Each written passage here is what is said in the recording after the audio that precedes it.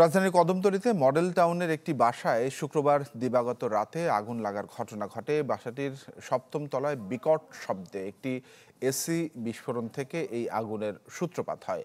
তবে বাসাটির বাসিন্দারা জানায় বৈদ্যুতিক শক সার্কিট থেকেই আগুনের সূত্রপাত। ফায়ার সার্ভিস জানায়, খবর পেয়ে ঘটনাস্থলে পৌঁছে ফায়ার সার্ভিসের 2টি ইউনিট ভবনের উপরতলা থেকে 11 জনকে উদ্ধার করা হয়। এই ঘটনায় কেউ হতাহত হয়নি। আনুমানিক 10 লাখ টাকার ক্ষতি হয়েছে বলে জানায় ফায়ার সার্ভিস।